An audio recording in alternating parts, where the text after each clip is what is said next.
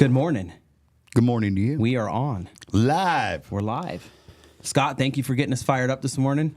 You bet. Glad to be here. It's always great, these Tuesday mornings. I look forward to them so much now.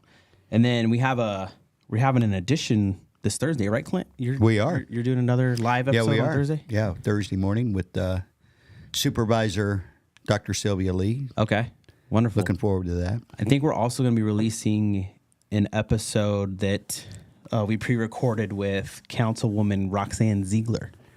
When's that coming out? Tomorrow. Yeah. Right Looking in between. forward to So that. there's going to be 3 different things that come out this week. Yeah. And it's going to be really exciting. It's cool. You know. And Scott, are you doing something tomorrow? I'm just showing up and doing whatever is needed. But I'm kind of like, because I'm utility player, I'm going to give you the weather while I got you in Beautiful. here. You're the Go man. for it. You're the man. It's going to be a high of 94 degrees. Holy moly, that's a lot for April. Stop with that, man. But we got you at 94. It's going to be nice and cool until about noon. And I would get out there and walk the dog now, just like Clint was saying. He was on the porch, and it was a good morning for that. Afternoon's going to be a little hot, but then it starts to cool off later in the week. Yeah. Yeah, going to drop down in the low 70s by what, Saturday, Sunday?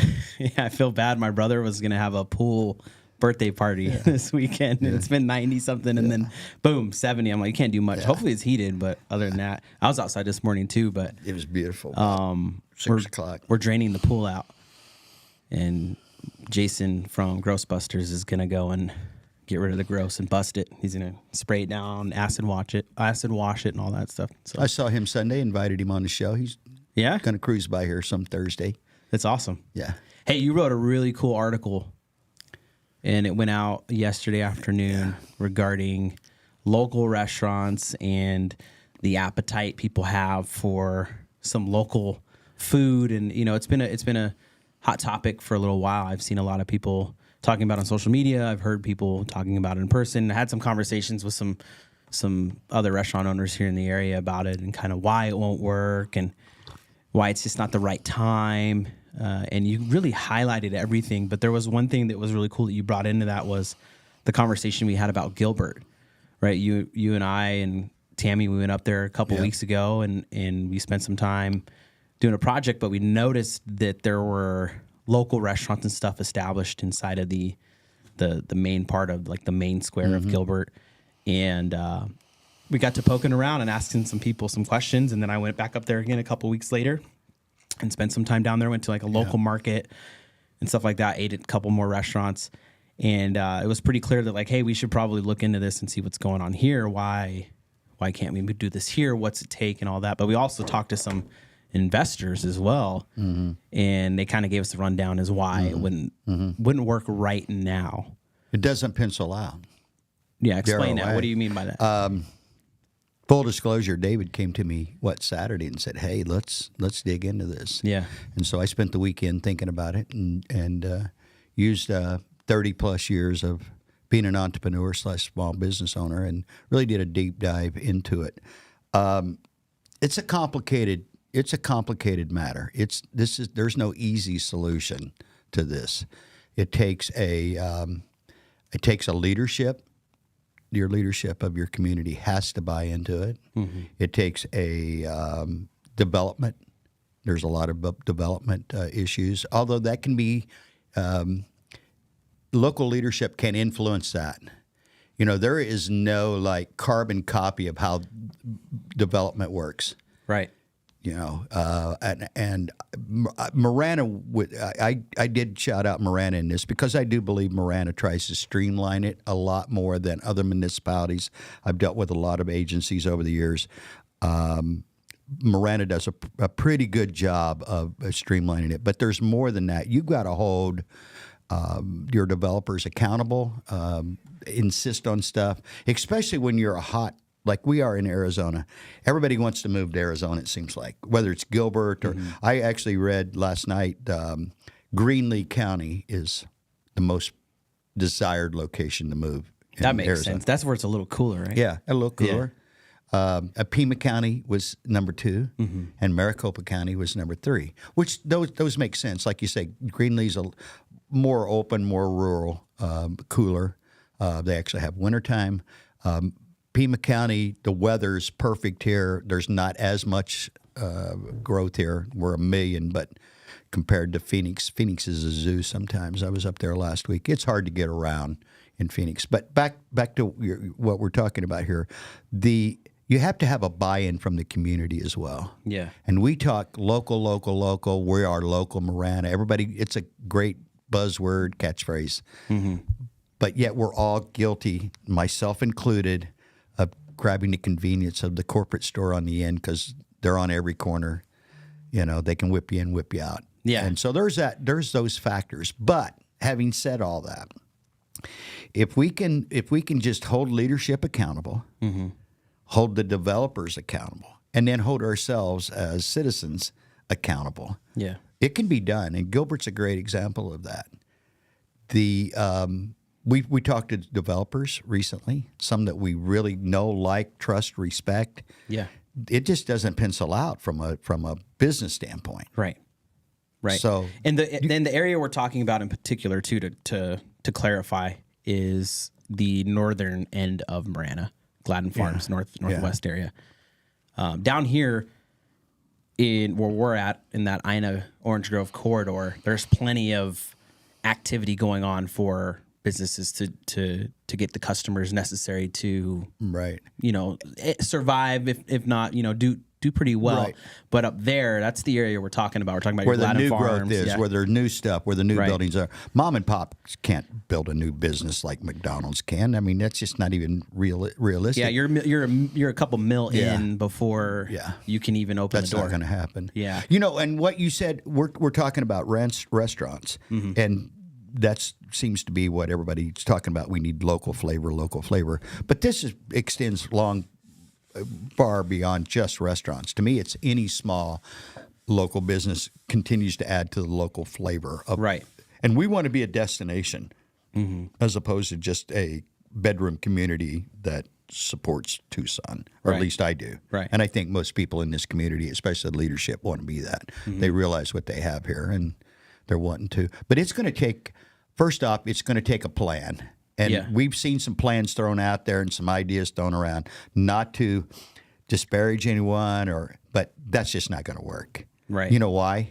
Why? Because we were talking about it recently with a leader, and they were rattling off all the people that were setting on these different task force, right? Mm-hmm. Not a small business owner amongst them at all.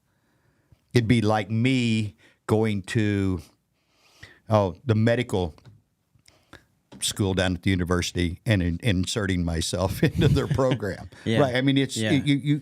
The only way to pull this off is to get what I feel like, if we could get like a cooperative among small business owners. I mean, a legit buy-in cooperative among small business owners. That would give us leverage as small business owners. Okay. Because we don't have a legal department.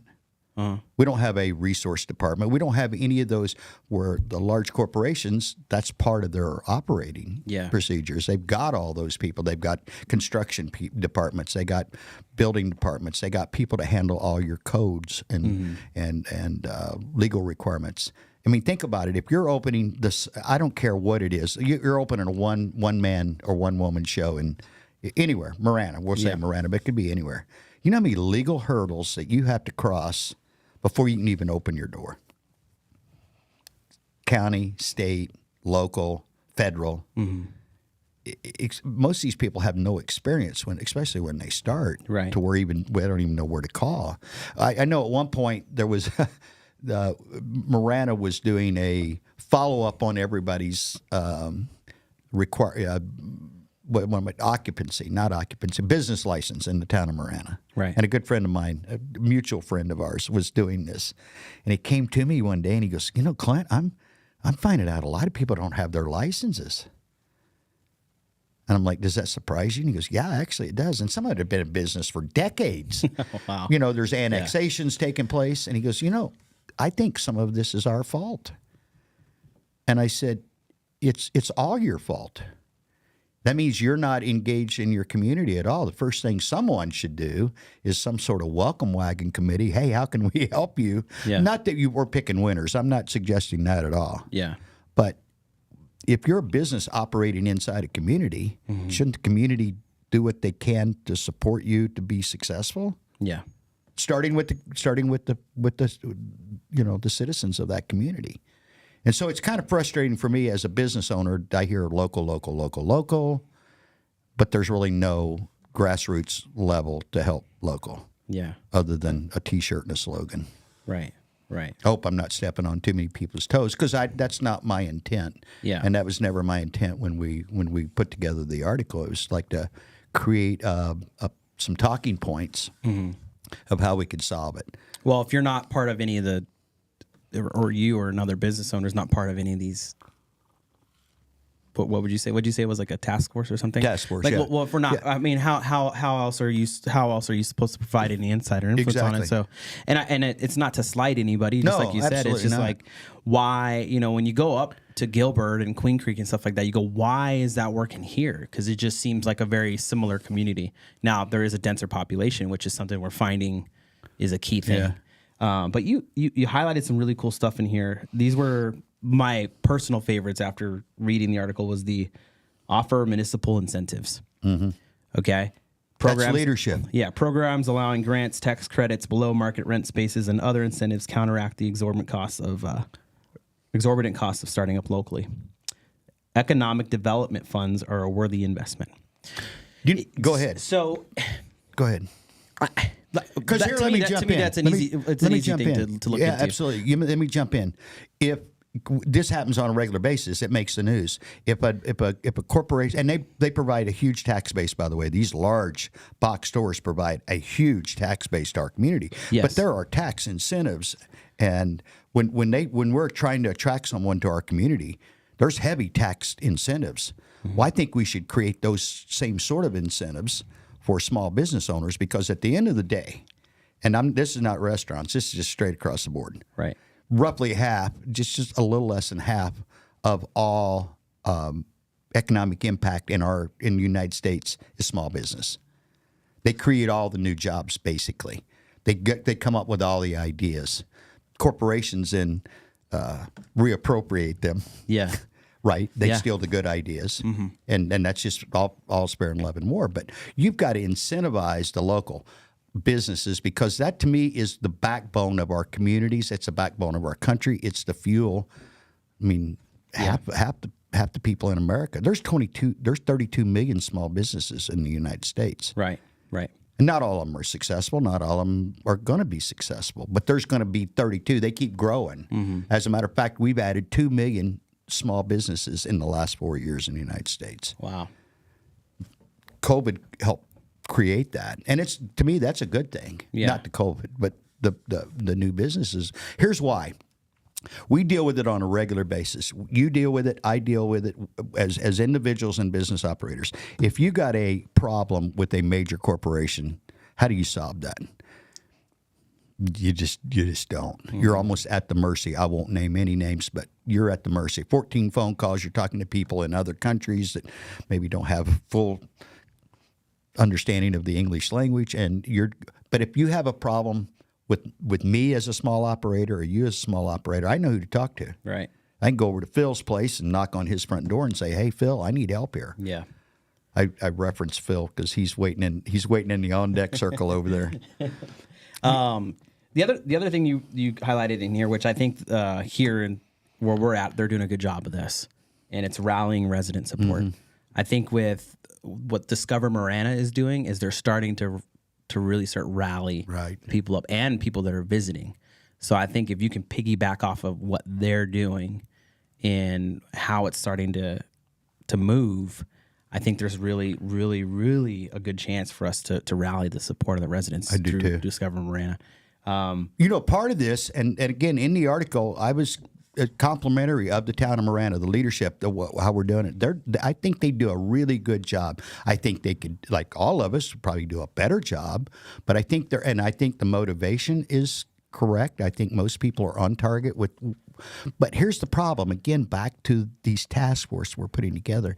If you have no small business operators at the table, There's a lot of wasted time. Come on. Yeah, no, I would agree. I mean, with you on again, that, yeah. I put myself in a place where I could, again, down at the nursing facility at the U of A, my sister's a great nurse. Yeah. But I'm not. I probably ought to set that one out. So what if you're going to put together a group of 10 or 12 people, I'd say at least half of them need to be at least an operator, former operator, or is involved in small business in some capacity to bring that voice to the table. Yeah. And because the rest of the time you're in an echo chamber of people that really well-intentioned, but they don't know what they're doing. Yeah. So run like a 50-50 on Hey, that. Clint, like 50. Yeah, talk to go me. ahead. No, I got a question on that because I agree with you that you need to get more small business owners into these committees and having this influence. I think what's probably challenging for them is they're running a small business. There you go. And so they're having you to go. do all the hustling. So really, it still leans back into your elected officials to represent those groups that can't be out there, because if you want a small business working, then they got to be working. So that's probably a challenge for them. There Agreed, is. yeah. There's the problem and solution in one statement. Scott, you nailed it. Yeah. Well, I mean, throw back your incentive idea though into that. I know that they're crunched for time, but I mean, if you're gonna be working with operators that are and getting insight from operators that are legitimate, there's time. Absolutely. Right. I understand. I've been through this. We're still in that midst of that real hard grind to get to that I guess you would say that point where it's in, like you always say it, once a rocket is up in space, it only takes a baby's breath of air to just make it go really fast, right? But you got to ride a bomb to get there. Yeah, so you find the operators that are at that next point and potentially incentivize them, whether it be some sort of recognition for their help or whatever it may be. You know what I mean? But Scott hit on the key. Yeah. The key to this, it has to be, and I think again, we talk to a lot of the local leaders on a regular basis. I think they're doing a great job. Yeah. The picture needs to be painted maybe a little clearer with more incentive for that, and there's where then the developers come in. Because somebody needs to be building these facilities, and I don't expect a developer to lose money in the process. Right. So we need to even more incentivize them to provide. I used the analogy in the article. I'm almost like a starter home. Yeah. In the real estate market, that's something everybody can kind of wrap your arms around. Most people, the first home they buy is a starter home, lower cost, lower overhead. Lower ticket price for sure. Then as you grow your family, maybe you move up a little bit, and then you come out, you cycle out at the end. What the same is true with especially small business. And the reason, again, I'm back to small business, we could just corporate everything and have big boxes everywhere, and it'd be convenient for everybody. You could go to a big box store and get all the stuff, hardware and all that. That's great, or drive through the drive-through. But there's no local. None of that stays local. Not only that, I think the health of There's a health component Absolutely. of it, right? I mean, so for instance, when I bought my first house, I didn't choose, or my second house, I didn't choose Gladden Farm as much as I loved it. We went and visited out there. We've spent a lot of time out there. It didn't have a store where there was a lot of access to healthy options. They're going to get one sooner or later, David. Yeah, so, but then again, you go back to but these how long ago was convenient. that? 12 years ago, 10, 12 years ago, and they're Maybe. just Yeah, now. yeah. They're not there yet, but they're close. Yeah, but then you also talk about, we had Gabe in here from Blacktop Grill last week, and he's created a vegan menu that's flexible, right? We talk about being nimble and stuff like that. So your smaller establishments are going to be able to do that and everything, but these bigger ones you're going to go to, there's not going to be a lot of a vegan or a dietary options because... Hey, can we agree that most large restaurant chains are not healthy, period? Oh, yeah. If you, I mean... I don't want to... I mean, Yeah. it's just the reality. Yeah, and I understand that people are like, oh, well, you don't want to go there and potentially be healthy or whatever, but it's like, well, but if this is the access you have and you can constantly and consistently repeat the same action of going there, it's gonna come back to haunt it. I mean, look at us right now as a country as far as health. Yeah. It's a lot of questions going It's on. crazy. You're like, well, what's going on? And then you look at the food and you read, like, what is, I read my food all the time now. What's in here? What's in here? And a big thing was like coffee creamer. Yeah. Like the standard one. You're like, whoa, man, what are all these chemicals in it? So then I was like, well, I'm switching to something else. You know what I mean? Like just things like that you start opening your eyes to. And then if you go to the store, here's a cool example. You get Heinz, or I'll just say any ketchup, right? You get a Heinz. ketchup. Yeah, you get a ketchup, just the regular one. But go get the organic ketchup. Now, that doesn't mean the ketchup was grown on a tree and they just picked it off there, right? Like, but look at the difference in what's in them. The list on this one is, 10 lines long, and then the organic one's like 3. Yeah. But they're the same, it's still the same packaging and just says organic, but they've taken that out of there. I was never much of a soda drinker and took great pride in it. And then I started looking, I won't, again, name flavors or anything. I was looking at what I was drinking, and I'm like, actually, this is worse than drinking a soda based on some of the stuff that's in there. We now drink Perrier. I don't think there's anything in there. Perrier and black coffee, baby. Yeah. That's all we got. So there's nothing. But, back to, again, we focused on restaurants because there's a local, like, there's an appetite. There's a clamor for more. I mean, we all want to go to the cool new local restaurant that serves, barbecue or, the newest taco or, and we have a few, but they just have, it's almost, having been in the food service business, Tammy and I, for 19 years this year, and we're proud of that. It's just a constant grind. No, I'm making no, looking for no sympathy or anything. We choose to do it. It's great to do your own thing. But it's just a constant grind, and most of it is from external forces. Yeah. We're putting out fires that we didn't start. I mean, there are a lot of things. COVID obviously was out of everyone's control. Before that, we had a road closure out of everybody's control, totally necessary. We're glad that it's over, and it's been over a long time now, but that was harsh. Prior to that, we were doing a lot of stuff in the real estate market. Our business at that time was kind of geared towards the real estate market. We all know what happened in 2009. You just have to constantly recreate yourself. Yeah.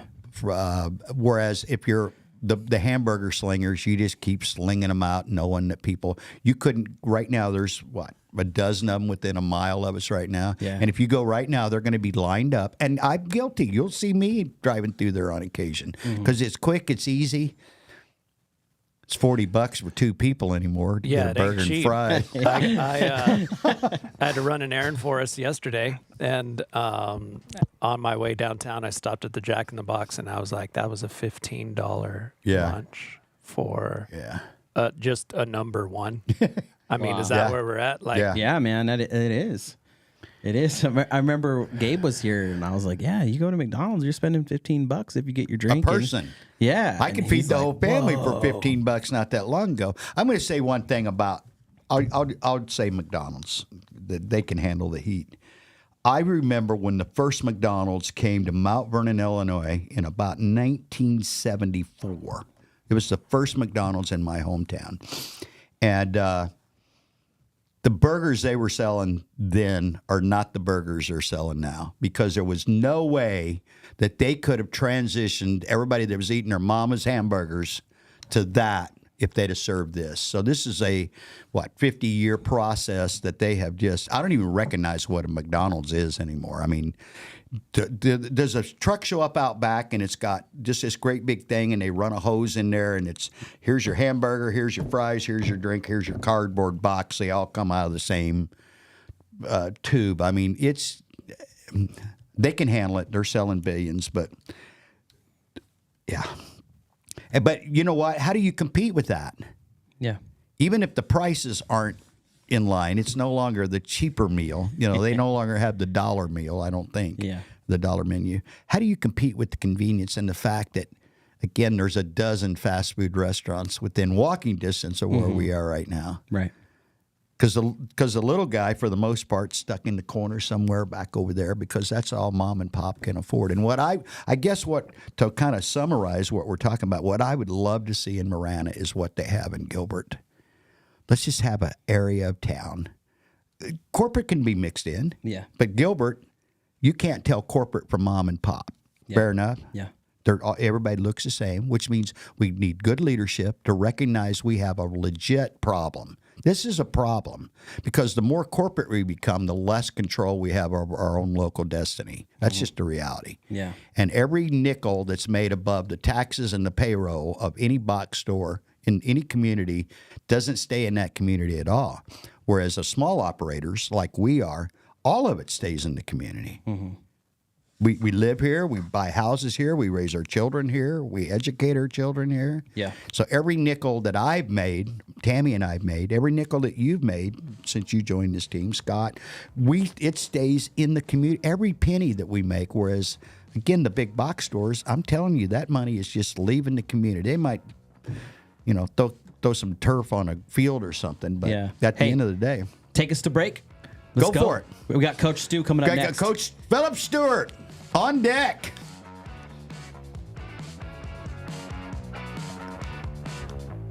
Feel like I left blood on the bone, but you know what? Power of 88 Crime, where your anonymous tips are rewarded with cash. When you call in anonymously with the tip, you are given a code. With the code and a password, you can walk into a bank and redeem your reward anonymously. If your anonymous tip results in a felony arrest, you can claim up to $2,500 cash reward. Let's stop the silence on crime and strive for a safer community. For more information, please visit 88crime.org or call 88crime. Copper Creek Cookies, Copper Creek Cookies, coppercreekcookies.net. We can print anything on our soft vanilla logo cookies. We deliver them and other sweet treats locally. We are located at 4249 West Ina Road, Suite 121. Call us 520-300-1131. We bake smiles. Copper Creek Cookies, Copper Creek Cookies, coppercreekcookies.net. Are you looking to establish a powerful online presence for your brand? Look no further than Live the Dream Media. Our team of experts possess the capabilities and skills necessary to make it happen. From creating compelling content to analyzing data and making strategic decisions, we've got it covered. Don't let a lack of social media know-how hold you back. Visit ltdmedia.net for more information.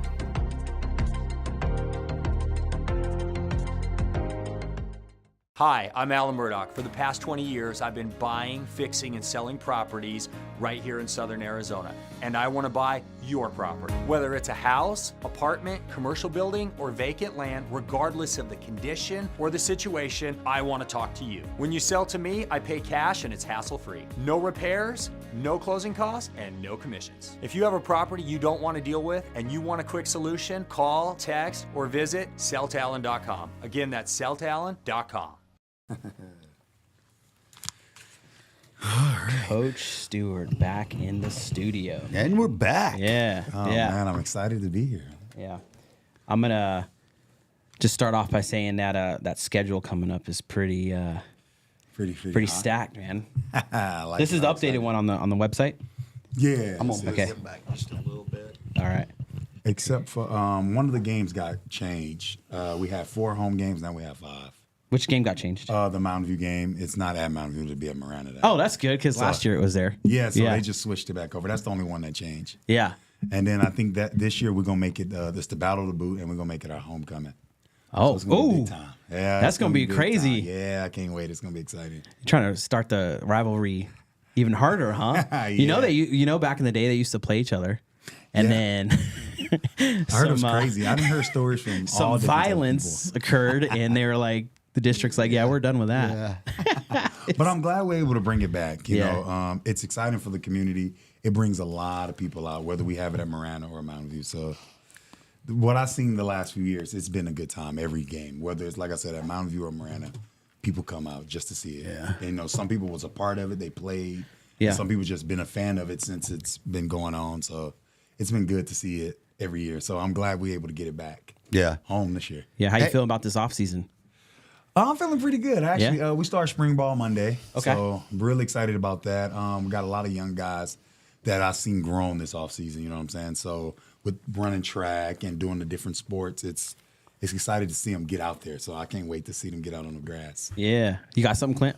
I was just glad to have Coach Steward back in the room here. It's been a while. Yeah. Last thing we talked about was the college football playoffs. We had you in here talking about that, and then we were talking about the NIL deals and Still's crazy. Is it still so? Like, are like the players, do they talk about that kind of stuff now? Is it like I'm going to get in there and I'm going to make some money, or like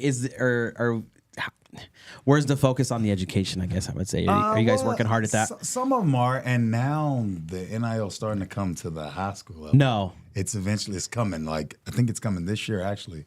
So it's like it's coming. So it's like it's gonna be part of the game. You know what I'm saying? And as coaches, you got to just continue to adjust with it. You know what I'm saying? Because if not, you'll get left behind. Or if you got these 3 schools doing it and your school's not a part of it, it's like, well, the kid's gonna want to go there. Yeah. So you got to just keep adjusting. You know what I'm saying? And I think that's what the colleges are doing. You just have to adjust with it because it's here to stay. It's not going nowhere. Yeah. Wow. So, yeah, it's here to stay. So I'm gonna throw my hands up right now. I kind of was supportive of this in the beginning because I thought, these especially colleges are making a lot of money. These young men and women they're talented to bring. I'd kind of like to revisit that because it doesn't seem to be that's not what I had pictured in my mind. What I'm seeing now, I didn't realize that we were going to open the floodgates. So definitely, I think it needs some structure to it. Yeah, but absolutely. I think it's good for the kids to be able to to market themselves and make the money. But I think it needs some structure to it, and I think if we get some structure to it, it should be able to run smoothly because, like the NFL, they have all that system in place, so it runs right. I think college just has to get a system that runs well for them, that works for them, and I think it should work out for everybody. But right now, I think it's just chaos. Here's the problem. Here's the problem though with that. Oh, we're going in now. Well, here's the problem with that. What you just said, Uh-oh. and I didn't think about it until you said the NFL has this. But here's the thing. 80% of all professional athletes are broke 7 years after they retire. So they're actually not doing a good job. And now we've even increased the problem by starting with 17, 18-year-olds that many are coming from situations where they have no financial structure to begin with. And you're throwing a boatload of money at an 18-year-old. I get what you're saying. You get where I'm coming from? But I feel like, so now that they're in school, that's why I say if there's a system in place, learn how to manage that money. Amen. And do Yes. all those things Financial like that. literacy Yeah, for sure. all that while you're in school. Because in the NFL, you can pay a financial advisor. You can pay all those people to kind of manage your money for you. So in college, Hey, we got to I think start you need before they take get some to classes. college, though, Coach. There We you got to go. start So, in since now that it's coming to we the got high to start in school, the 5th grade of how to. Well, we're going to money go and off stuff like that. Yeah. someplace else. I but- want to stay in this a little bit longer. Sorry, Coach, because technically I don't know how long you're able to stay here, but I got all day. we blocked you out for 2 hours if we you did. wanted it to. So We're- the next we're- out no, through the next 2 out- hours, or till- sorry, 8 till- hours till 2 2 o'clock. sessions. I'm here all day. Tomorrow. Y'all got me. Yeah. You're talking about it coming to high school sports. Where I'm trying to think of even how to ask this. I'm so sorry. I'm so sorry. So where does the school and the district draw the line, right? Yeah. Where's the money going to go? Just to the players? Gotta have rules. That's what I'm saying. Right now it's that just- doesn't, man, you gotta, we're gonna have to pull Dan Streeter in here. Yeah. It's Yeah. See, I didn't even know this was already doing it. so And California's already doing it. California already has it. Some of the high school players Yeah. are able to get NIL.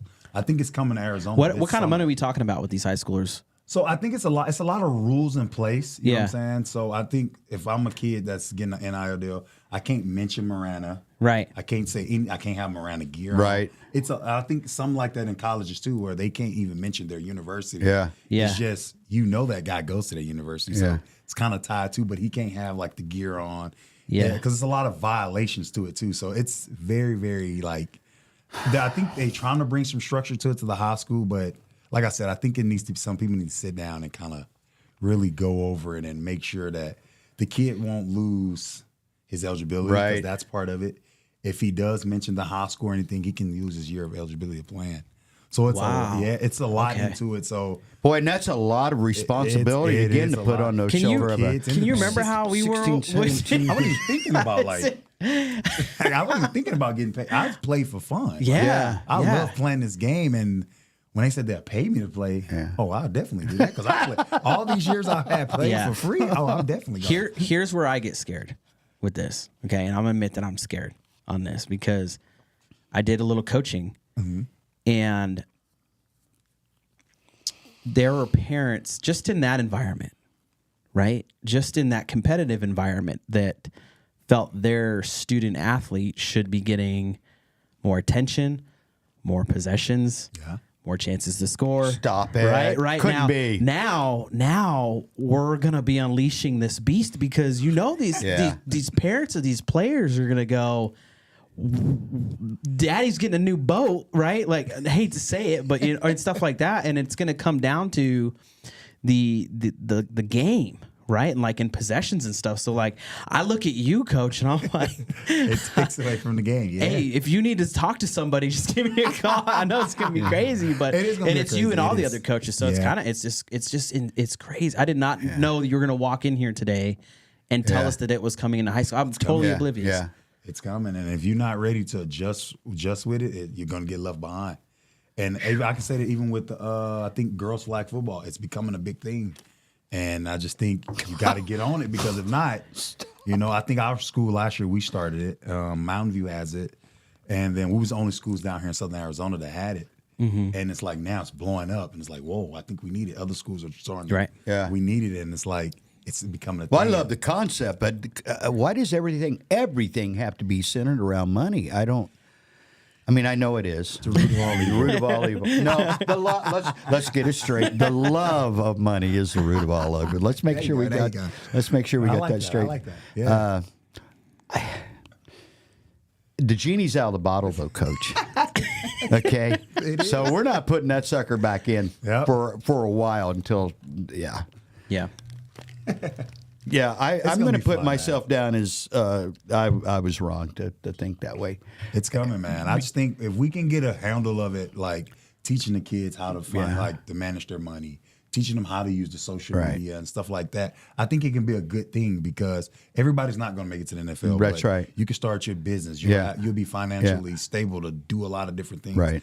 That when I played, you didn't have that money. You know what I'm saying? Right. I just remember playing, and I had a friend. He had a little son, and he couldn't go to certain schools because it was like, I need help watching my son. I got school and stuff like that. So it made him choose certain schools that stayed local. He ended up coming to University of Houston because his mom was able to help him, like when he had stuff like that. Yeah. But I feel like if he had the money, the NIL, I can have if he had the mother up there with him to help take care of the baby, or he had to pay for babysitters and stuff like that, he would have the money. Because when you're in college, you just didn't have the funds. And I can't go work because I have practice school. So I'm like, it helps if we had the right thing. We had a system in place. I think it can help, but got to get a system in place.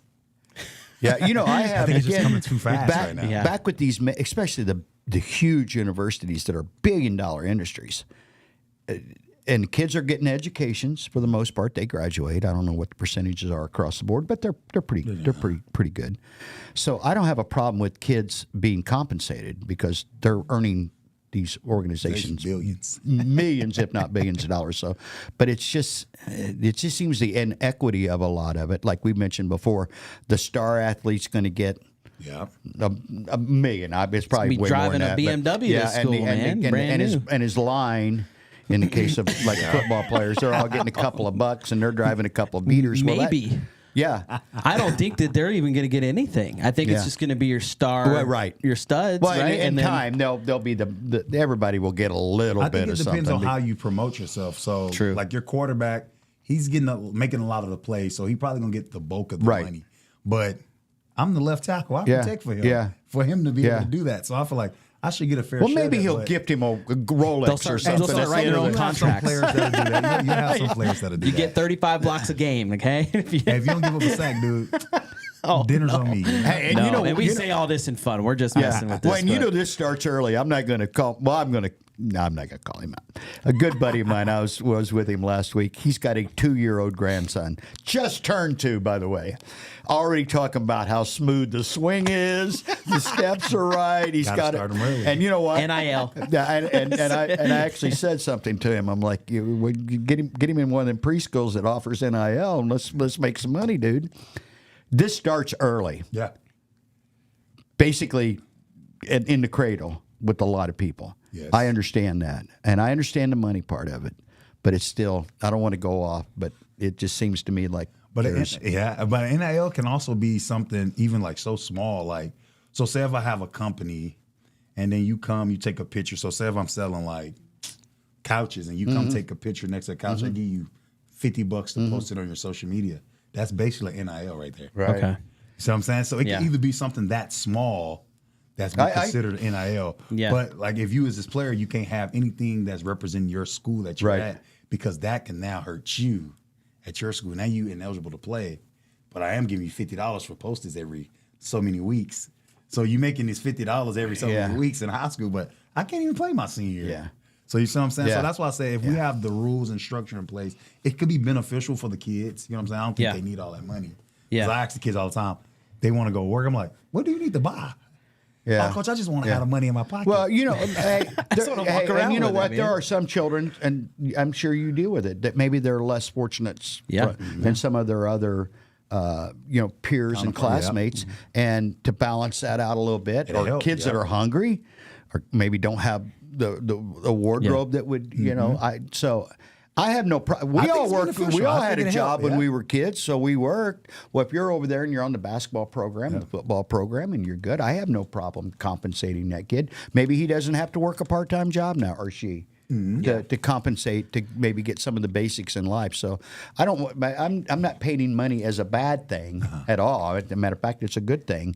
It's just, it seems to me like if we're going to start paying high school athletes to play sports, then maybe we ought to pay the kid that's a chemist or a mathematician or somebody that's going to actually provide jobs someday. Maybe we ought to compensate them too.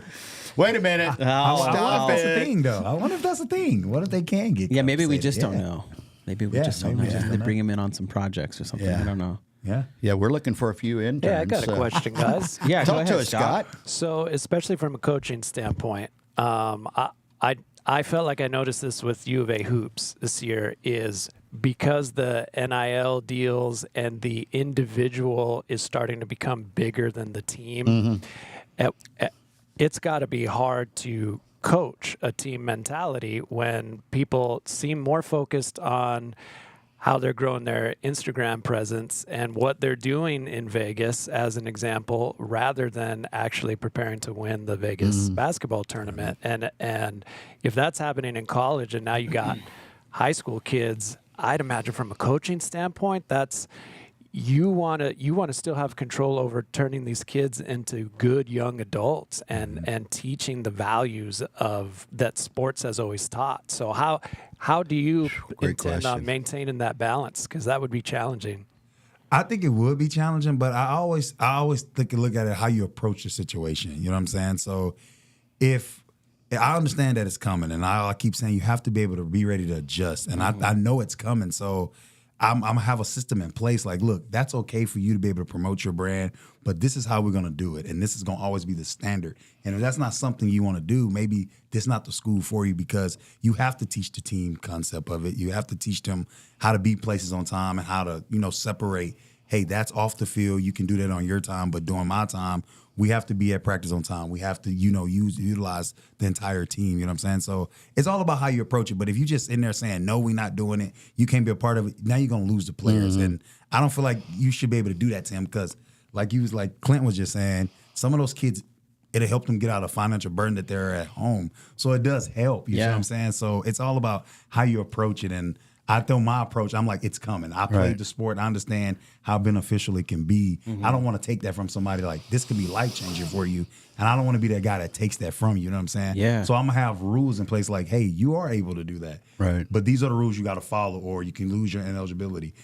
you can't miss practice for that because now I can't play you because that's one of our rules. Right. So I'm saying, so you got to just have like rules in effect, and you got to just, like I said, you got to be ready for it. But just denying it all across the board, I think that's hard. And I think by having those rules in place, I don't think you get to the part where the guy's getting bigger than the team. Like, he understands, like, I am a part of that team. And Right. what I do off the field, that's for me. But when I'm with the team, it's all about the team. And we're going to celebrate, we're going to win, and we're going to do things as a team. And I think it should work out for everybody. Yeah. But you do have those ones that's like, nah, coach, I have to be there at a time. And I'm like, these are the rules, you know what I'm saying? And Yeah. you can't put the team, I can't put the team over you, I'm going to put the team over you every time. Yeah. Because I got to always think about the team and the rest of the guys, you know what I'm saying? Nobody's bigger than the team. That's how I always look at it. You're not bigger than the team. The team is why we here, you know what I'm saying? So I just think we got some, I just think I'm ready for it because I've been reading up on it, like just thinking about what certain colleges are doing, because each college works the NIL differently. It works for some, it doesn't work for some, you know what I'm saying? You hear the stories coming like out of U of A, how some people are getting bigger, but then you don't hear that from like certain other schools. Like, it's not a problem with us because we're learning how to deal with it, you know what I'm saying? And then talking with some of the scouts come in, the way they're using NIL. You know what I'm saying? We have class. You have to show up to so many classes a week. You have to take this class, like a social media class. They have like things in place for you to be able to do the NIL. And I was like, dang, that works. He said it works for us. It might not work for another school, but it works for us. You know what I'm saying? And I'm like, just having a system in place that works for everybody, I still think you can get some good football and some good stuff out of the kids. You have talked to me off a ledge, for sure. It's But nice to hear your I just think approach to it. It's because I played and I get it. Like, I wish they was paying me a lot of that money. You know what I'm saying? But like I said, I played the game for free. So, yeah, the money would have helped, but I love the game. You know what I'm saying? And our coaches always made sure that we stay focused on the game. You know, and that's why we was out there. You know what I'm saying? So, And I'm sure you'll agree on this.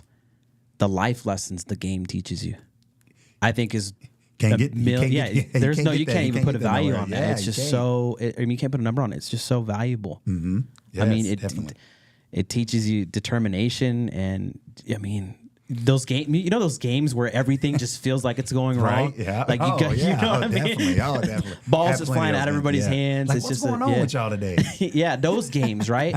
I know people go, man, those games are frustrating and everything, but those are the games where you learn a lot about yourself. You learn a lot about the team. You learn about the people that are next to you, because that's where your identity is found. Mm-hmm. In my opinion, is those games. Sometimes you come back and you win them, and sometimes you don't. Yep. Which is okay too to lose, because you learn way more from losing than you'll ever learn. Amen. You'll ever learn from winning. So last year, it kind of was in that situation. You know, we started off, I think we lost our first 3 or 4 games, you know what I'm saying? And you can start seeing those older guys like, oh, man, my senior year, you know what I'm saying?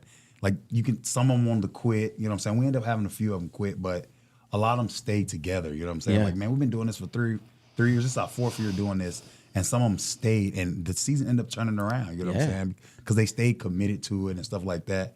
Think if I had $1 million NIL deal, you think I would stay committed? Yeah. Man, we losing. I might as well just go keep making money. But I'm like, it's not about that. You can't, like you say, you can't put a value on that, the relationships, the bonds you're creating and stuff like that. So, like I said, if we have a good system in place, I think it'll work for everybody. Yeah.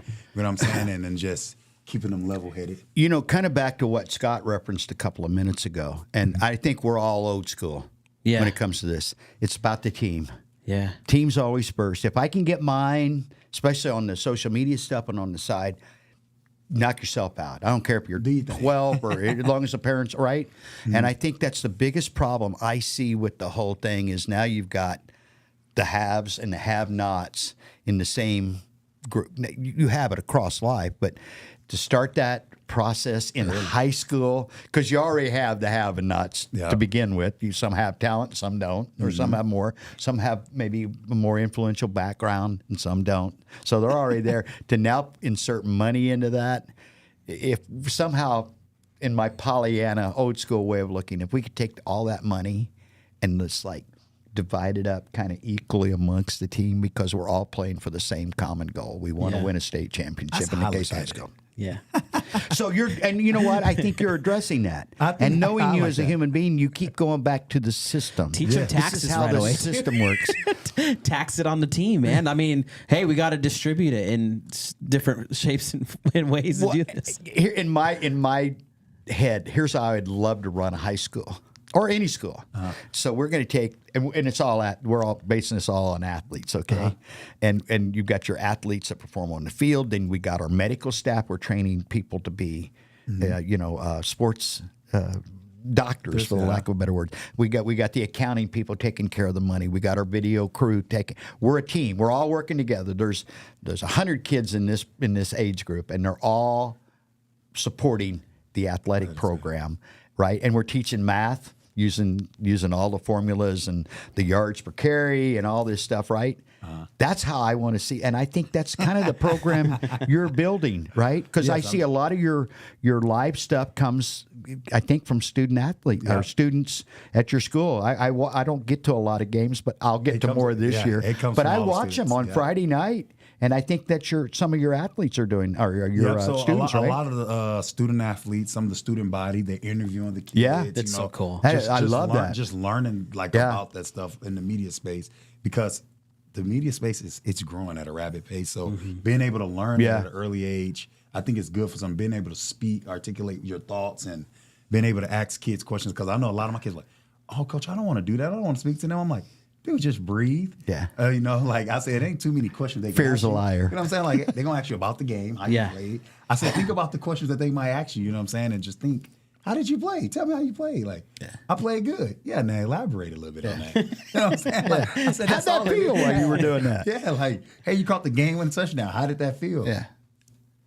Like, you know your feeling that you got. So I try to, when we do it, I always try to make sure, like, hey, calm down, breathe. You know what I'm saying? When they ask you questions, think about it before you just blurt out something. So I try to teach them before they just go in there and just give out some crazy answers. Or most of them will tell me, Coach, I don't want to do it. I don't want to do it. So it's good to see them doing it. You got to learn it, because you got to be able to speak well, speak to people. And I'm like me, I tell them I'm still learning. Cause I didn't mind speaking in front of people, but I do it all the time now. And I'm a people's person, so I like talking to people, so it's all good. So it's kind of hard to see a kid that I don't want to speak to, and I'm like, why not? Just tell them how you feel. They'll love you. Yeah. So I love it. Oh man. Wow, I didn't know we were going to go this. I'm glad we did. This was.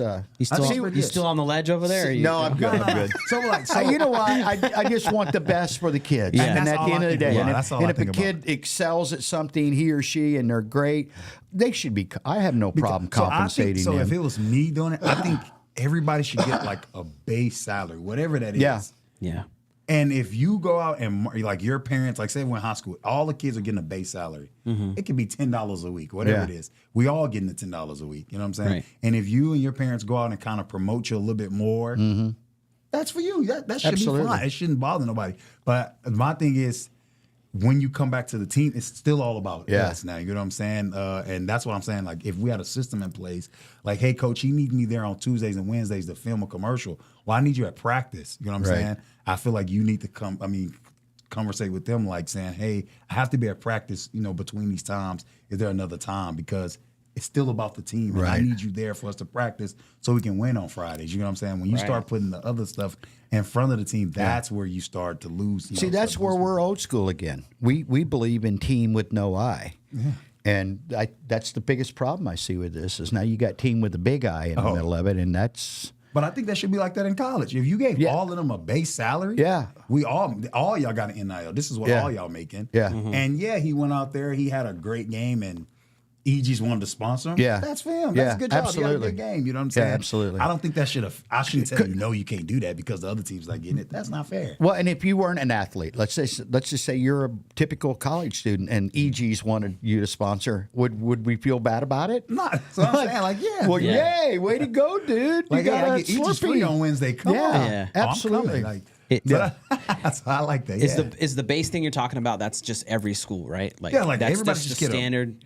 Because that's one thing that I think about too is like you have your programs that are consistently in good numbers and good, right?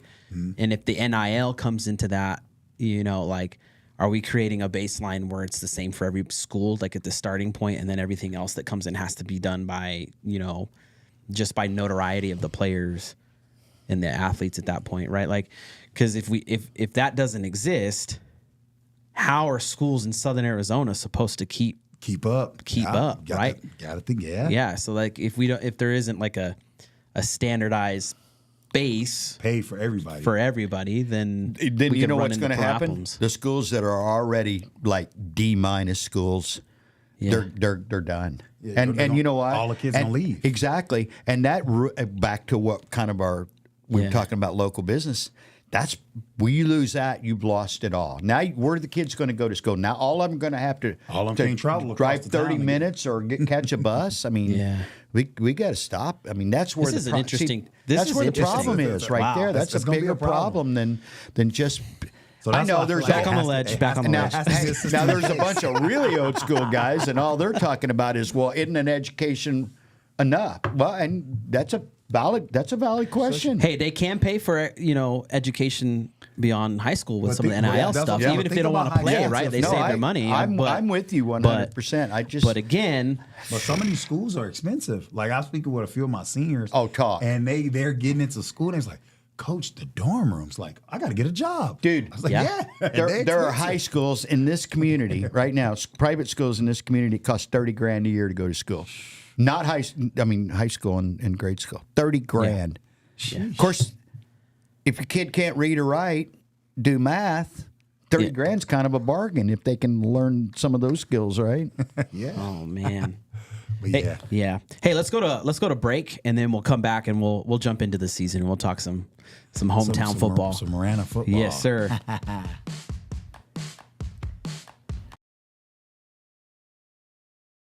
Discover the power of 88 Crime, where your anonymous tips are rewarded with cash. When you call in anonymously with the tip, you are given a code. With the code and a password, you can walk into a bank and redeem your reward anonymously. If your anonymous tip results in a felony arrest, you can claim up to $2,500 cash reward. Let's stop the silence on crime and strive for a safer community. For more information, please visit 88crime.org or call 88crime. Copper Creek Cookies, Copper Creek Cookies, CopperCreekCookies.net. We can print anything on our soft vanilla logo cookies. We deliver them and other sweet treats locally. We are located at 4249 West Ina Road, Suite 121. Call us 520-300-1131. We bake smiles. Copper Creek Cookies, Copper Creek Cookies, CopperCreekCookies.net. Are you looking to establish a powerful online presence for your brand? Look no further than Live the Dream Media. Our team of experts possess the capabilities and skills necessary to make it happen. From creating compelling content to analyzing data and making strategic decisions, we've got it covered. Don't let a lack of social media know-how hold you back. Visit ltdmedia.net for more information.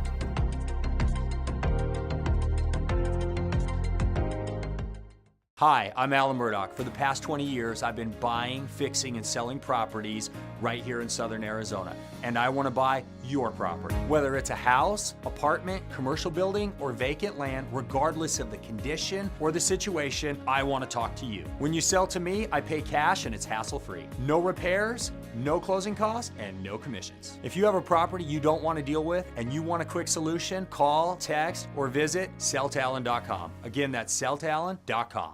Hey, man, where you get that from? Yeah. The school, or they always think it's LSU. I get that a lot, too. Oh, and yeah. then when they ask me, it's like, is that LSU? No, I get to explaining them. And they was like, oh, man, how you know about it? I was like, oh, I coached there. And they were like, dang, that's pretty good. So I try to talk to them about Marana a little bit. So it's always cool. repping. I always get it. We try to do that all the time too. Yeah, you got to, man. You got to represent. You Yeah. got to have pride. Yeah. In what you Yeah. do, man. Yeah. Hey, do we have hats, by the way? Are we out of hats? We are out of hats, but I'm gonna order another batch. I need a new batch. But I got a lapel pin coming for you. Got a lapel pin, yeah. So we're gonna start getting some more swag in here. Hey, lanyards. Trust me. What you got, Scott? Are you jumping back in here, big guy? you Look like you're ready. Got a collar or what? What's up? No, the first thing I'd like to write a grievance, and we need some more sponsors because these ad breaks are not long enough for my bladder. I'm really having to hustle in these types of working conditions. Okay. You know, So here we go. gonna have Scott to- needs some help, guys. Yeah. That's right. Let's get some more advertising. checkbooks out. I need longer ad breaks. Hey, you know what? Maybe you could get the video production students to put together like a hype video for you guys for us to throw on this. So that's what I'm trying to do, but who do I go to for that? I don't think we do the video. We do a lot of the pictures, you know, the media, but I can ask them that. That'd be something I'll ask, something that see Yeah, if they you wanna should try. see. So back when I was the SRO there, they had a video production. I don't think we have it no more, though. I remember somebody said that, yeah, so I'm We going to go gotta ask get- they gotta get that going. Hey, you know what? Just do it simple. gonna talk with Get a couple of kids that got good cameras. Yeah, a phone. I mean, A these phone. is 4K. No, I mean, they're good phones. Yeah. That's what I do. Yeah. Well, okay, you. I'm always taking pictures. Then you know, well, shoot some video. I bought my own personal like Canon camera because I take Oh, pictures. Shoot here some you go. video The though. kids love it. Stills Yeah. will work, but shoot some video. We'll incorporate. We'll help you put it together. I don't want to do it. People come, hey, you think I can come and record some of y'all lifting weights? Please. Yeah. Please come. So I don't Yeah. mind Yeah. it. You know what I'm saying? Get the kids to do it it keeps though. me Yeah. from doing it. Get the kids. There's somebody who's got a good camera. Use your camera. Shoot a couple pieces of video. The weight room would be great. Some back How would you stuff. cut it up, though? That's oh, the we'll hard cut part. it up. That's see. we're going to do that for you. Yeah. See, that's why I'm Just it a over. hype video It's to a good put on partnership here. right here. Yeah. Yeah. So the kids always ask me about a hype video. I'm like, if anybody asks me, Yeah. I'll tell them to come and do it. But Yeah. I don't mind. I would try to get somebody in the school, like David says. In the Maybe school, maybe yeah, this is. I'm asking them first. I'm gonna see it. Who's going to do your games this year? That follows with the camera up and down. Get that person to do it. It's Coach Roebuck. He's always there on the sideline. Get him to do He it. runs up and down. But he live streams it. But for yeah, he's got to everybody. focus on the He has to live. focus. Yeah. No, but I mean though, in workouts and in the gym and stuff. Get him to shoot 2 or 3 minutes videos. worth of video. We can make something out of that. I'll do it. How about that? And then you come in, yeah, go throw for it on your tasks. but Yeah. sometimes they use my phone to play music. I'm like, I'm just pulled every which way, man. And then Yeah. we'll get you in. We'll do a little voiceover, and you or the kids. Somebody can record their voice. Yeah, That'd be good, right? Can we Some get music 30 to it? seconds out of you in the next couple of weeks? When do you guys get to wear pads and stuff? So we before don't the season? get back in pads until August. Until so we'll August. have like 3 weeks where we practice with helmets. We'll go so many days. Then we'll put on shoulder pads. We'll go so many days, and then full. You guys got to have like So we'll go live Older. 3 or 4 weeks before our first game. So we'll be in pads. okay But we don't get pads until almost to the first day of school. first day of school. Yeah, we don't get no pads during the And that's summer. 1st of August. August roughly. 5th, yeah. You don't have like old footage from like last season or photos that you could shoot us? Maybe so, yeah. Yeah, shoot 'em. Yeah. Plenty of pictures. and Good, videos. good. I think so, yeah. And Okay, then when because we go can to just use camp- stills. When we go up to camp, I record. I try to record. Yeah. the different Hey, but things if you that got a we little do. bit of video, throw it in there. Yeah, we'll figure it out. see. We'll figure go, something go, out. go back to the archives. You've got. All right, some let's stuff. talk. plenty. Let's I got talk this plenty. upcoming season. Okay, you guys still were region champs last year, even after the slow start. Yeah, we did, and a lot of that goes credit to the coaches, man, and the players, like the grit, the grind. Yeah, it wasn't looking good for us, but we stayed at it. We still went out there and practiced. Still had parents saying, "Why are you practicing so late? Y'all ain't losing." You know, practice make perfect, and we was trying to figure it out, and I think we ended up getting it figured out, and we was able to go win us 5 games in a row. You know what I'm saying? Losing in the first round, but we was able to put it all together, and that helps me build into the offseason. Now we know what we need to fix. You know, I think one of the biggest things we lacked was leadership, and that's all I've been talking about them this offseason. We got to find the leadership. I'm coming up with different ways. You know, me and the coaching staff to find out how can we get more leaders on the team, because if we just out there yelling and screaming at them, that it does nothing for them. We need them to start talking to each other within, and I think that's what helped us towards the end of the season. Some of those seniors, some of those juniors, now that's going to be seniors this year, Right. kind of start stepping up to the plate like, well, I'll lead it since none of, you know what I'm saying? Right. So I think if we can get more of those guys to step up at the different positions, I think it'll help us as a whole, you know what I'm saying? So I meet with my seniors this Friday, you know, the upcoming seniors, to kind of tell them, hey, what you trying to do with this season? I usually meet with them every year around this time before we go on the spring ball to kind of see what direction do they want to go with the season. I remember my first year here, that group of seniors said, man, coach, to be honest, we just want to be Mountain View. After that game, we're done. They didn't want to play the rest of that season. I remember I was like, that city's like, if we win that, we're good. And we played them the first game. So I was like, what about the other 9 games? Like, what? And we end up going undefeated. I don't think we lost our first game until like midway through the season. Yeah. I think it was like 6-0, and we end up being, I think we went 6-1. We ended up losing to a team from Phoenix. And that was our first loss. And I was like, y'all playing pretty good for only just want to beat one team. So it worked for us. I think we ended up finishing the season 7-3 that year. But nice. I just remember talking to the seniors. And I said, how do y'all want this season to go? Because it's only going to go the way y'all want it to go. You know what I'm saying? It's going to start with y'all showing up to the summer workouts because those younger guys are going to look to y'all to what to do. You know what I'm saying? Those incoming freshmen, when they come in, they're only going to see what y'all showing them. You know what I'm saying? So they showed up every day to the summer workouts. We go twice a day. They showed up every day. The season got here. They took care of their bodies. We lift weights in the class. So they did everything the right way, and it showed on the field. So I'm excited, man. How many seniors you got coming back? This is gonna be my senior class.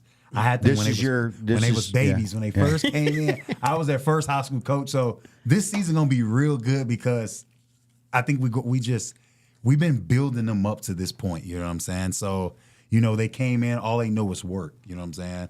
They know we work out every day in the summer. They know how the coaches are. About being late, being on time and stuff. They already know that's been in their system the last this is their 3 years. So I think this is their year. They're gonna put it all together and get to the big dance, and that's what we're trying to do. You know what I'm saying? We're trying to get to the state championship. So I got a big class coming back. I'm gonna have a lot. This is gonna be my first class where I have a lot of seniors. My last class, because I came in the second semester, like the springtime, like around this time when I got hired. So this senior class, I had them when they was transitioning to their sophomore year, but a lot of the kids had already kind of quit. Some of them kind of came back, but a lot of them had quit. So this senior class was pretty big because they stayed. They liked what we was doing. That's good. So I think I have, how many? I think I had 25. Wow. I had 25, because I like to order the kids stools for when they graduate that says like Tiger Pride and Marana football. Yeah. And I just ordered the other day and it was 25. So That's I got beautiful. 25 seniors. Wow. You know what I'm saying? But this class is supposed to be bigger. So, and then my incoming freshmen had a big class. I think 55 of them came in.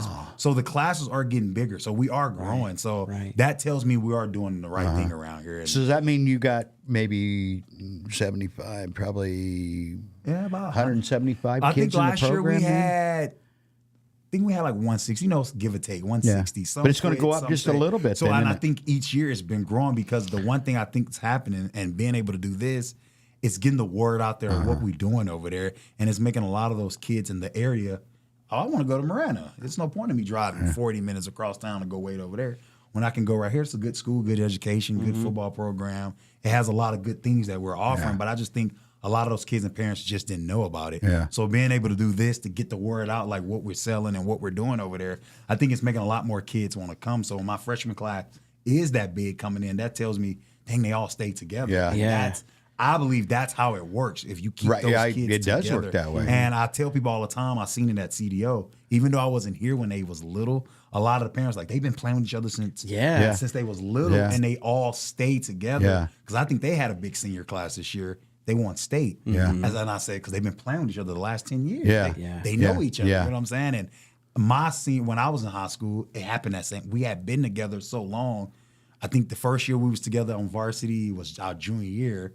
We went to the second or third round. Our senior year, we went all the way to the state championship. Even though we ended up losing, but it's because we stayed together. We knew each other. We knew been what playing tipped him off. We since knew how to third get grade. him going. Yeah. We know how to get him Yeah. going. The same way you get him going can't get you going. It's like we all knew those different things about each other, and it ended up working. And, you know what I'm and saying? doesn't that help with the, you mentioned how important it was to have team leaders. Doesn't that help? Because if you've been playing together for a while, the leaders have already kind of like separated themselves out of the pack, and knowing the personalities, how to get David fired up, or what you got to do to get Phil on the right page. So I think that longevity pays big dividends going forward. Yeah, I think that's where a lot of, if you notice, a lot of the state championship teams, it's in the roots. Yeah. It's not, they just came together and were like, you know, because I'm not going to say the school, but I know there's a school here in Tucson that gets into the far rounds of the playoffs and stuff, but they're not winning the states recently. And you know, and I see it as because you're having disconnected groups together. Where you have the talent is immense, right? There's no doubt about it. You're gonna win games. You got the talent. But the leadership thing, because even I've seen teams, the leader isn't necessarily the best player. He ain't got to be the best. He ain't got to be. It's just somebody that, the team knows when things are down, like they can look to him, like, how do you feel about it? What do you think? And they can motivate them. Right. You have your catalysts, which are the ones that they're going to make an insane play, but that doesn't mean necessarily they're the leader. Yeah, right? no, definitely. Yeah. And me, I went to a couple of coaches clinics, and just hearing a lot of coaches say that, like, it does not have to be your leader. You know what I'm saying? Mm-hmm. You might have a guy that just, he's just good with the kids. You know what I'm saying? Even though I'm not the best player, he's not afraid to speak out against them. And the kids know, man, he always got to say something. And I used to always tell him, he's holding you accountable. You want to be good at this sport. You know what I'm saying? Yeah. I remember my first year, actually, it happened. Kid by the name of Daniel Parrish, he was that guy. Track was his sport. You know what I'm saying? Track was his sport. But in football, he was that unspoken. He always spoke out about, hey, man, coach said we need to do this twice. You only did it once. He'll speak out about it. He didn't mind doing that. You know what I'm saying? And the kids kind of gave him that side eye, but they respected because he's always done it. It wasn't this, he always been doing it all the years. So they kind of respected that from him. You know what I'm saying? And I think that helped him grow as a human being. That helped him grow as a player. And I think now, watching him grow, I see him come back sometimes because he's at Pima running track. Oh, nice. Coming back, he What's comes his back. name? And his name Daniel Parrish. Let's give him another shout out. Daniel Parrish. Shout out to Daniel. I used to always see him do that, man. I always see him do that. And just watching him now is growing, coming back to help the kids. I said he always done that. You know what I'm saying? Yeah. So seeing him do that now as a grown man, it's like, it worked out, you know what I'm saying? And then kind of helping them with it, like, man, coach, they not listening to me. You know what I'm saying? What am I supposed to do? Keep doing it. Keep saying it. They're not listening to me either. That's what I said. I said, what you think of how I Isn't feel? that the way it usually works, though? The leaders are usually, what I'm seeing is not always the most talented or the most gifted or the smartest necessarily. They're the ones that are willing to exert themselves because, again, back to the team with no I. He wanted together. to win. Yeah, we want to win. Yeah. And he knew how to get the guys that were pretty good players, how to get them going. And he'll call them out if they slacking. I know you better than that. Yeah. And he'll say something to him, and you like, who are you talking to? Because you're the same age as me. I want to hear that from coach, but hearing it from another player, it kind of keeps you, it keeps you accountable. So that's why I like it, and that's one thing we're going to try to push this offseason. It's something I'm trying to do. I'm going to try to get a leader at each position. You know what I'm saying? And you're going to lead the receivers. You're going to lead the DBs. You know what I'm saying? You're going to lead the quarterbacks. I'm going to have one at each position, and I think that's going to help us from within, and that's going to get us over the hump. You know what I'm saying? The furthest we've been is the second round since I've been here, and I think this year is going to be the team that gets us over. Yeah. Think so. With that many returning, That's with that many returning, That's a big my senior whole class, defense is man. coming back. So the whole defense. That's where it starts, isn't it? They all That's not where the seniors, but championships all are of them in. are. That's All where of it them are starts. coming back, and I think now they've been together for a good 3 years solid. Mm-hmm. They played well with each other last year, so I think this year is going to be the year. one more time buying into the system. Yeah, I love buying that. into the system. We are biased. I'm an alumni, so I'm not. And you know what? I definitely taught Daniel Parrish while I was still out there, and I think I might have coached him his freshman year. Okay. I think that was the last year that I coached. Yeah, because he graduated. What year did he? 2 years ago now. Yeah, because my last year was 2021. No, out there, 2020. 2020. 2020 is my That last was year my out there. first year. Yeah. So yeah, he might have been a freshman. Yeah. Yeah, I think so. Yeah. Maybe. So long ago, but I know who he is. He's a good kid. He still comes by and stuff like that. I was able to meet his parents. I remember that. The crazy story is we went to like all the kids. He had a birthday party. Yeah. We all showed up. Wow. And his mom was like, whoa. But she had the food cooked, some good food. So she was like, whoa, ain't this many people came to the party. I said, we family. We all came. And I said, what Dan Parrish does for us on the team, it's like, how can you thank him for what he does for the team? And it's like, he might not be out on the field making all the plays, even though he played well, but things he did off the field to keep the guys going and all that, like, how can you repay him? Unsung heroes. Showing up to his birthday was the least we can do. You know what I'm saying? I wonder if he'll be a coach one day.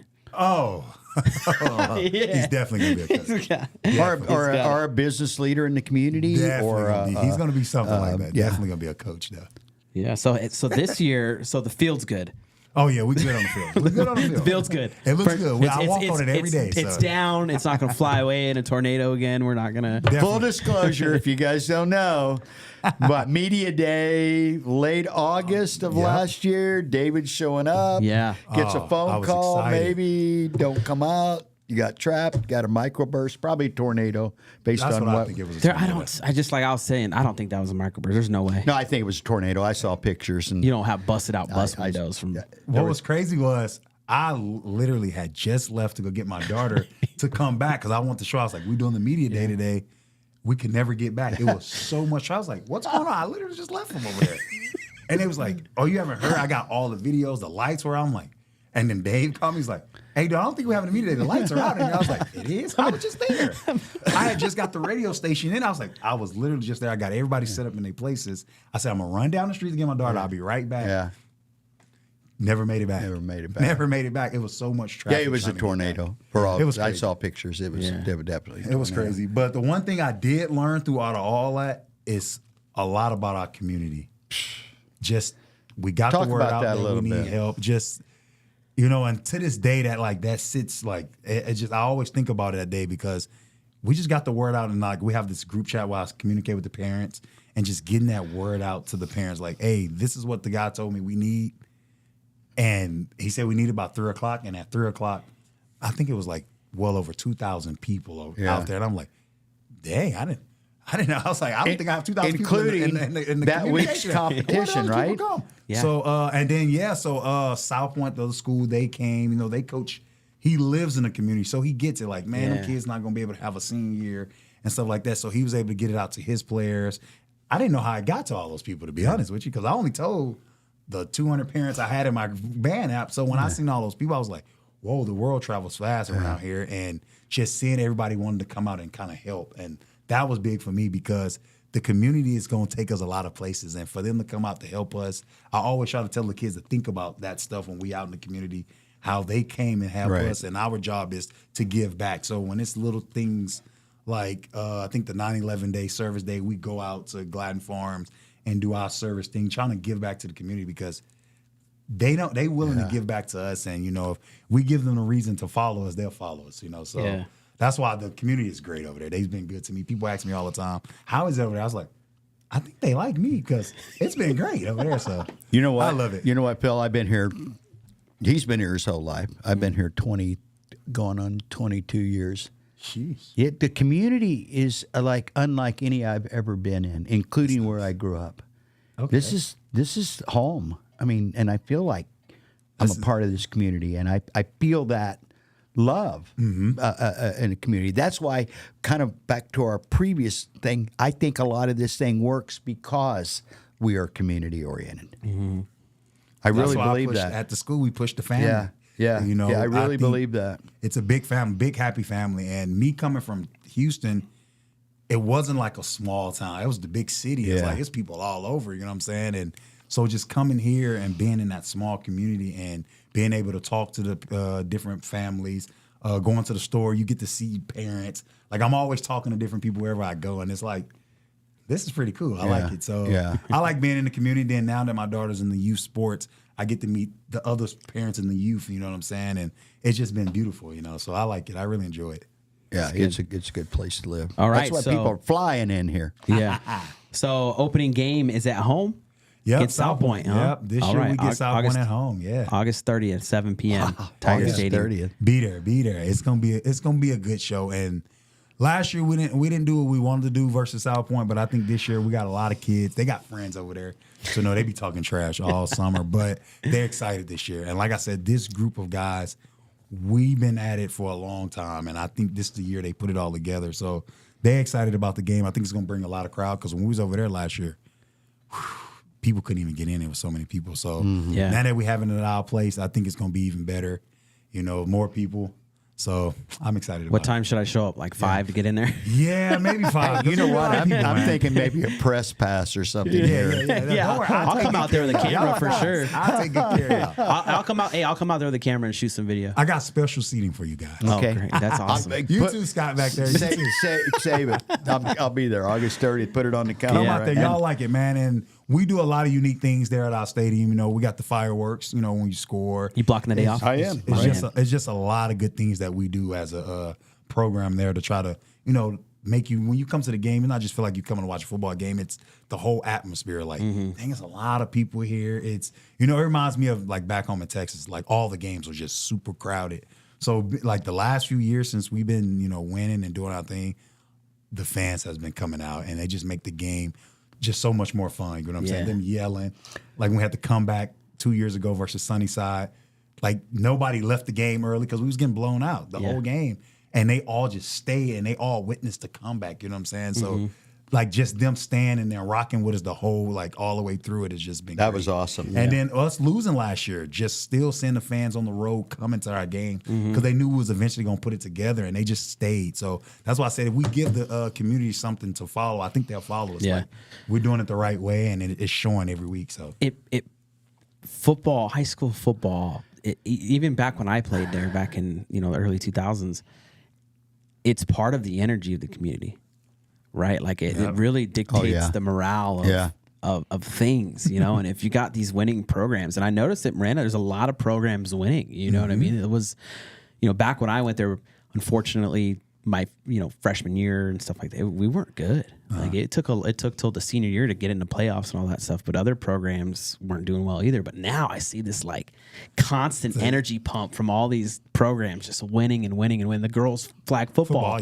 just dominating things. I think it's because it's the first sport. Yeah, it's the first sport of the year. Yeah, and we're like the bigger sport of that year. You know what I'm saying? Football. Even though it don't take away from the other sports, I just think we have the most kids, so it brings a lot of more attention to us. So I don't want to be biased, but I think when the football team, I've seen it happen in my high school. That's why when the football team has success early, it dwindles does. to those There's other, no question. Those Sets other a tone. sports. There's no question. It does. It sets the tone for the whole school. Because I believe, like, my kids just don't stay in football the whole year. They go to those other sports. Right. They seen how to win. They seen what it takes. You know what I'm saying? To play that long, drawn out season.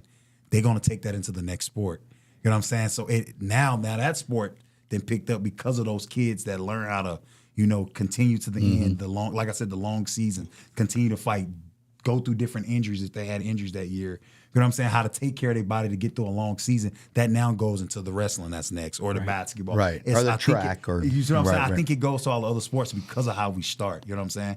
And I feel like if we start slow, the other sports tend to start slow. I don't know. There's a pride factor for the I you know, just think you it works mentioned that the way. numbers because you got 50 I got big numbers, plus kids, so you know, parents, grandparents, siblings, etc.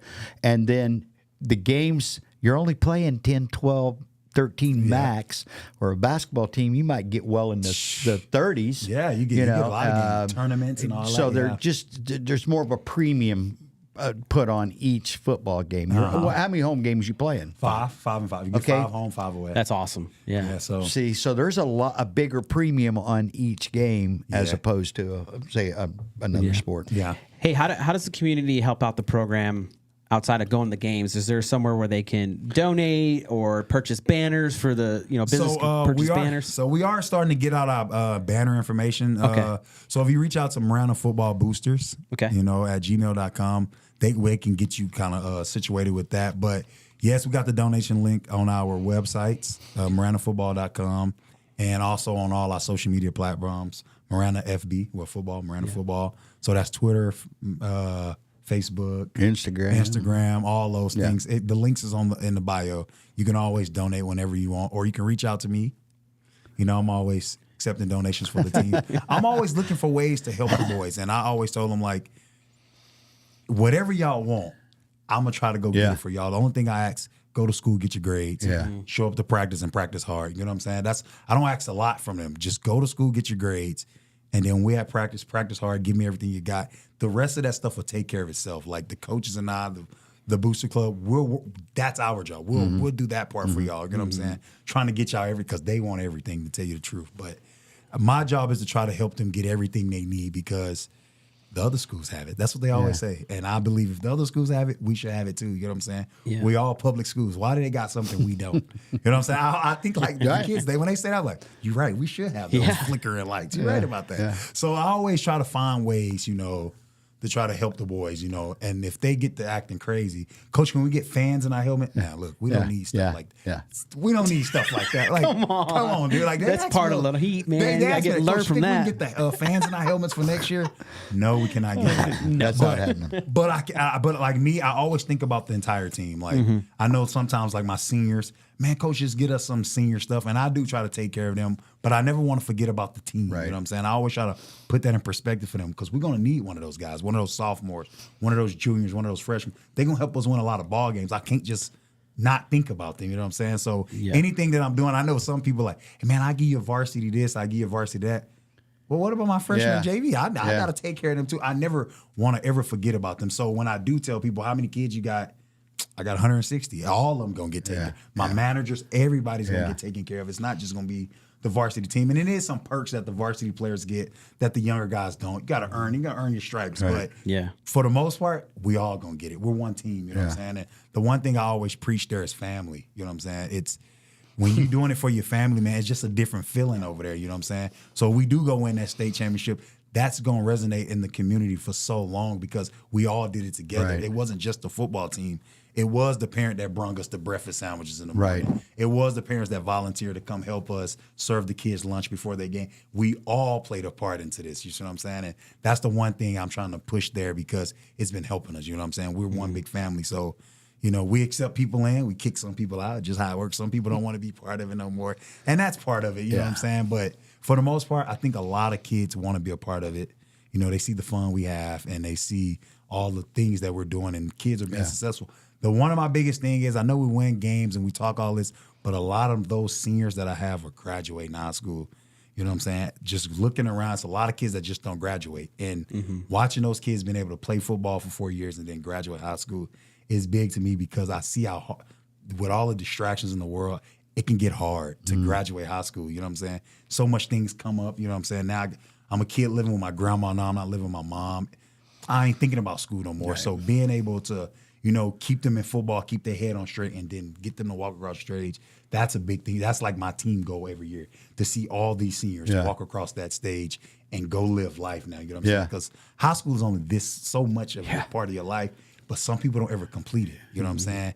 Because it could become a big thing in your life if you make it, but it's only a small piece of your life. And I think it's important for those kids to graduate high school to get their career or whatever they're trying to do started. So even if they don't, like I heard Deion Sanders say, school doesn't have to be your number one priority, but it has to be a priority. You know what I'm saying? It has to be a priority because you need your education. Right. You know what I'm saying? So, and you're teaching kids to learn because learning should never stop. Schooling will at some point. You'll run out of the runway, but continue to learn something new. Even at my old age, I'm still I learning. learn something new every day, sometimes by accident. But me too. I be working on things. I be like, I didn't even know I could do that. That's pretty cool. Or it comes out good, and then my fiance be like, you did that? I was like, I did. I can't even repeat it to how I did it, but I did do it. So I'm, like I said, every day I'm learning. You know, I'm learning the kids. I'm learning the different phases they go through. You know what I'm saying? Like throughout the year, you have some couple of months where they just real chill. You have some where they're just hyper. So I'm learning the kids every day, and then I'm learning I got one of my kids. He's real good. He don't talk a lot, and I be trying to, hey, dude, if you tell them to do this, I promise they'll listen. But that's just not him. You know what I'm saying? He'll just show up and do the work. You know what I'm saying? But I'm like, I need you to say something because I think they will follow you, but you're not saying anything. And I think it's intimidating to the younger kids because they see, his name Desmond Roebuck, they see how successful he's been, but a lot of them is afraid to ask him like, hey, what are you doing to be like that? And I'd be like, go ask him. They'd be like, oh, heck no. So I always tell him, say something to him like, hey, y'all, I'm going to catch some extra balls. You want to go? So you probably have 20 kids follow behind you. But say something to him. You know what I'm saying? And like I said, he's learning still too as he's growing. Like, I don't have to be as vocal like the coach want me to, but I can say little things here and there. Like, hey, I'm standing after practice to catch some balls. I seen him do that. Like five people stayed to catch balls. Like, if he's doing it, why not? He's like one of my good players. Yeah. Why am I not? I look at it. Why are you not doing it? If our good players stand behind to catch those balls, why everybody needs to be standing to catch the balls. Come on. Tell your mom, tell your dad. I'll be home later. And I know. I get it from the parents. Coach, you said 8 o'clock is 8:30. That was the kids. Yeah. I was done with them at 8. Yeah. Hey, Coach, we appreciate you being on our program so much. We'll make sure we get you back in here soon. Well, let's throw this out there. so we can get a commitment. We want to do a weekly coaches weekly corner. Oh, definitely. I spoke with a few of my coaches about it, and they up to it too. Yeah. And you guys could just call in. And, you could do it from the school, or you can come in. You're welcome either way. Either way. So if you, maybe I'm trying to get a few days off, so maybe a hybrid of both. Yeah. Some in studio, some maybe you're. We'll do it for the season and just get some updates. Talk about the game. You'll be in the hot seat a little bit sometimes. Be in the cold Talk seat. about some X and O's. I love doing it because, like I said, any opportunity I get to talk about the program, I'm all for it. You know what I'm saying? So that's why when you asked to come up here, I took the day off. I took the whole day off. You know what he told me? Man. You know what he told me Yeah. one time? I just live right up the street. We're pretty much neighbors. So I love doing it, man. It's just to give me another opportunity to talk about the boys, to talk about the program and the things that we're doing there. I got a camp actually coming up, a youth camp. Talk about it. On May 2nd and 3rd. Okay. The 6th, 7th, and 8th graders. I usually have a camp every year. We actually having girls this year, so girls and boys. Wow, nice. You know what I'm saying? So it's fun. We usually get Second and third? Yep. Yeah. So it's Thursday, Friday. We usually get a lot of kids out. I think last year was the most we ever had since we've been there. I think we had almost like 60 kids last year, or maybe 55. But we had a big number last year, and the kids have fun. Was that I get like them shirts and stuff like that? Right after school, 4 to 6? So the first day on Thursday we'll go from 6 to 7:30, and then Friday I know a lot of kids get out. Yeah. See, learning the learning community. the So community. on Fridays we'll go, and I try to give the parents some time to get off work. So I always try to think about the parents. Like I know they work. You know what I'm saying? How can I get my kid there even though he wants to go? So I think on Friday we'll go from 5 to 7 because we usually have like a 7-on-7 tournament. They all want to play 7-on-7. So we'll usually do that. I have my kids as the coaches. And they'll split up the teams. Oh, that's awesome. And then a lot of the kids, man, coach, I told them do this and do that. I'm like, yeah, the same thing I've been trying to tell you. Oh, now it's bothering you. Like, man, I want another team. I said, what if I said that? I want another team because y'all ain't doing what I asked. So it's good for them too to be in there to try to learn how we feel on our side of it. So it's a good thing. Great. And the boys have a good time. The kids have a real good time. And I give them a shirt with the by any means on the back so they know anything they want to do, So I like it. There we go. All right, gents.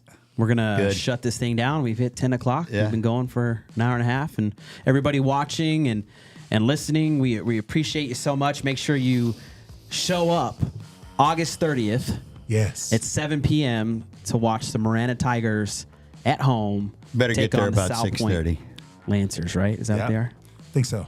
Right? I think so. South Point. All right? Just show up. It is the Lancers. We'll see you out there. Thank you again. Thank you. All right. Thank you. Thanks, everybody.